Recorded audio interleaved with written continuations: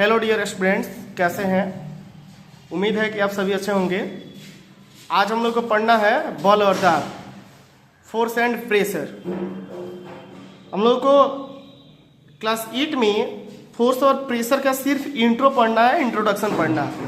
इसका विशेष अध्ययन जो हम लोगों को हायर क्लास में करना। तो अच्छे से यहाँ हमको सीखना है कि बल क्या होता है और फिर दाब क्या होता है, फोर्स एंड प्रेशर। बल कहने का मतलब होता है कि किसी वस्तु को अगर हम धक्का दें अथवा उसको खींचें, यदि वस्तु की स्थिति में परिवर्तन हो जाए तब उसको बोला जाता है बल।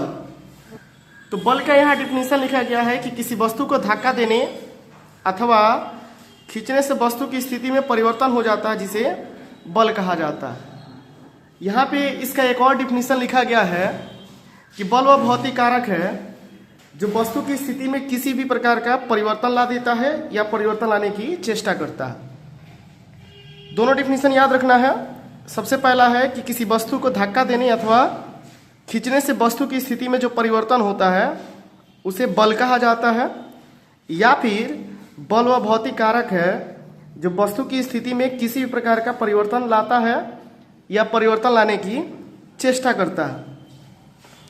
यहाँ नोट फर्स्ट लिखा गया है कि विज्ञान की भाषा में धक्का देने को अपकर्षित पुश कहा जाता है तथा खींचने को अभिकर्षित पुल कहा जाता है। जब हम किसी वस्तु को खींचते हैं तो उसको कहा जाता है कि उसको अपकर्षित किया गया, मतलब पुश किया गया। यदि हम किसी वस्तु को धक्का देते हैं तो उसको बोलते हैं अपकर्षित पुश, और यदि खींचते हैं तो उसको बोलते हैं अभिकर्षित पुल। तब पुश एंड पुल को भी बोला जाता है फोर्स। ध्यान रखिएगा। नोट सेकंड है कि बल में परिमाण के साथ साथ दिशा भी होती है, अतः बल जो है सदिश राशि है। आपसे क्वेश्चन करेगा कि सदिश राशि क्या होता है, अदिश राशि क्या होता है। फिलहाल के लिए ध्यान रखिएगा कि जिसमें परिमाण होता है, जिसमें परिमाण होगा और दिशा होगा, तो परिमाण और दिशा होगा तो उसको बोलेंगे सदिश।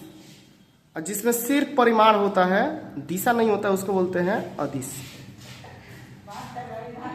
तो सदिश और अदिश को ध्यान रखना है कि वैसी भौतिक राशि जिसमें सिर्फ परिमाण होता है उसको बोलेंगे अदिश राशि, और वैसी भौतिक राशि जिसमें परिमाण के साथ साथ दिशा भी होती है तो उसको बोला जाता है सदिश राशि। नेक्स्ट है, बल का अंतर्राष्ट्रीय मात्रक न्यूटन होता है और इसे संक्षेप में कैपिटल N से प्रदर्शित किया जाता है, सूचित किया जाता है। अगला है परिणामी बल, रिजल्टेंट फोर्स। जैसे मान लीजिए कि यहाँ कोई रस्सी है और इस रस्सी पे इधर की तरफ बल लग रहा है 10 न्यूटन का और इधर की तरफ बल लग रहा है 10 न्यूटन का। तो इस वस्तु की स्थिति में कोई भी परिवर्तन नहीं होगा, ये नहीं इधर जाएगा और नहीं इधर जाएगा। तो यही बल जो है कहलाता है परिणामी बल, रिजल्टेंट फोर्स। यहाँ डिफिनीशन लिखा गया है कि बलों का वह समूह जो किसी वस्तु पर लगकर एक साथ क्रिया कर नए बल उत्पन्न करते हैं, इसी नए बलों को परिणामी बल कहा जाता है।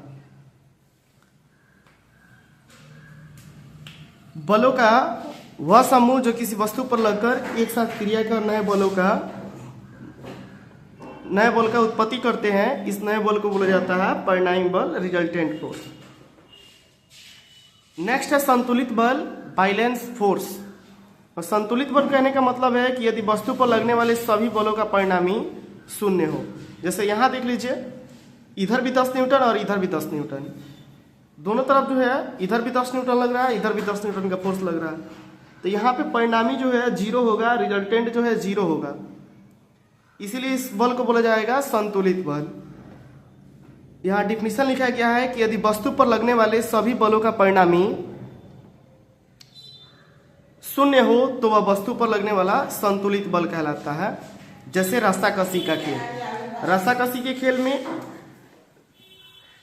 जितना बल एक साइड लगता है उतना ही बल जो है इधर भी लगता है। तो ये जो बल होगा ये संतुलित बल होगा, जिसको रस्साकशी खेल भी कहते हैं।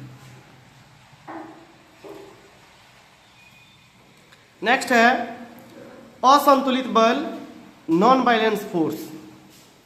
यदि वस्तु पर लगने वाले सभी बलों का परिणामी शून्य न हो या अशून्य हो तब उसे बोला जाता है असंतुलित बल।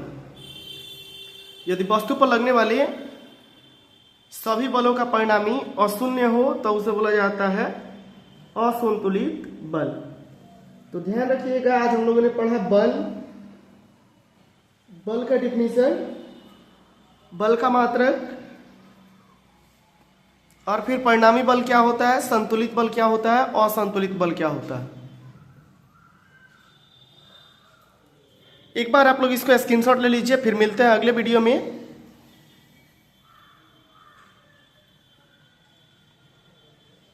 स्क्रीनशॉट लीजिए।